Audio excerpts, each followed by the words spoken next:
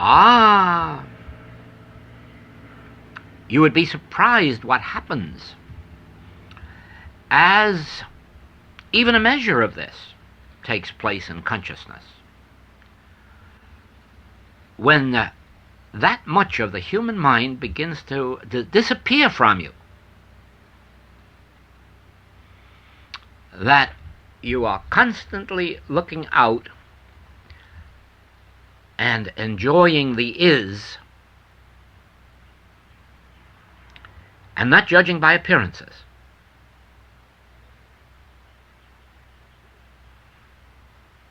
Whatever it is that I am looking at, whoever it is that I am looking at, I am not saying good, I am not saying evil, I am saying is. What it is, or what thou art, I may not know, but I do know that it is, I do know that thou art,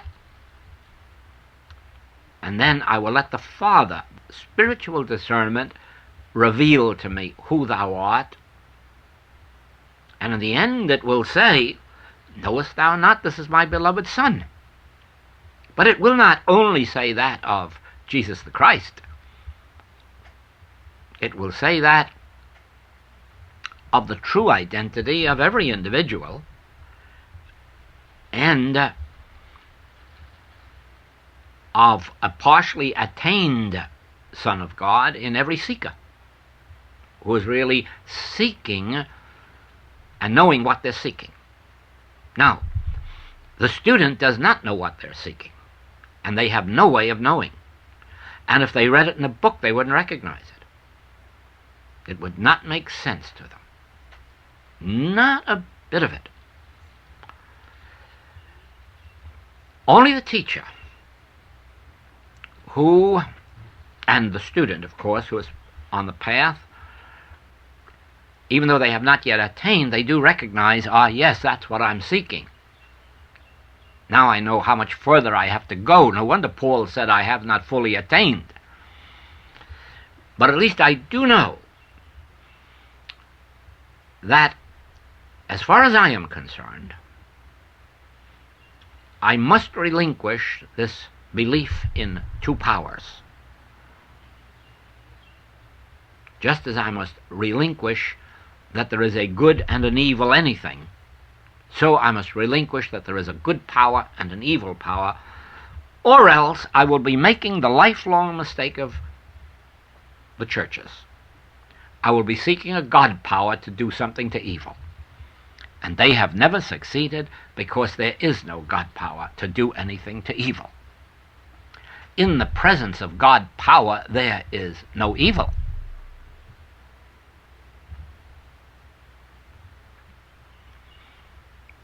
Now, there has been a change in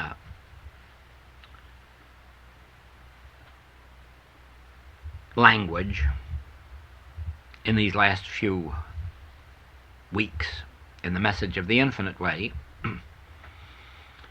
in that I have more clearly perceived myself that we were too prone to merely say there is no evil.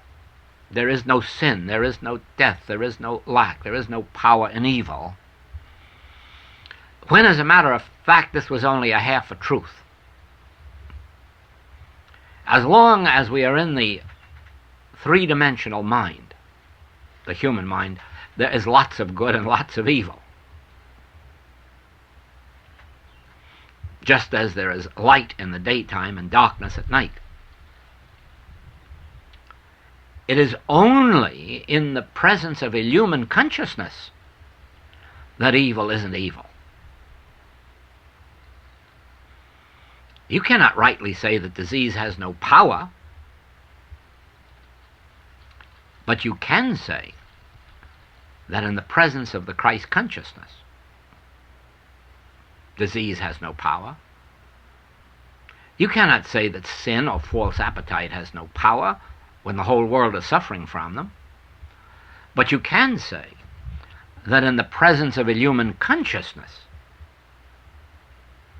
evil doesn't exist. So that, as we now approach the idea of there is neither good nor evil, let us always add to that that last half of the sentence. In the presence of my consciousness, there is fulfillment. In thy presence is fulfillment. Not just there is fulfillment, in thy presence there is fulfillment. In my presence, in the presence of whatever state of illumination I have attained, is fulfillment. Not because of me, but because of the state of consciousness that realizes one power, the state of consciousness that realizes that out here, in effect, there is neither good nor evil. Then, finally,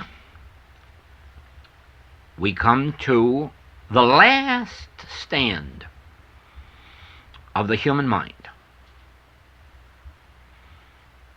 This is its last-ditch fight. If you can master this, you are home. Until you master it, you are on the way. Or in proportion as you can master it, you are reaching home. And that is the law of self-preservation. The law that would compel us to save our lives at someone else's expense. The law that would say, let us throw the bomb first, because it'll save our lives. Or the law that even though the legal law says you may shoot a burglar in your home, but the consciousness that would say no.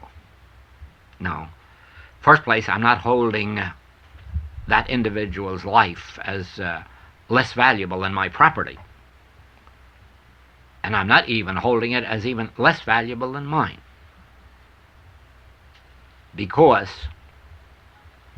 even as we have witnessed the Magdalene becoming the greatest of the Christ followers, how do we know what burglar may someday become another Christ? Therefore, we can't sit in judgment and say your life is worthless in comparison to mine. But it is not you, it is not I, who believe in this law of self-preservation. It is the human mind, the carnal mind, which is entirely built up of the word I. I, me, and mine constitutes the human world. I can do anything for me or for mine.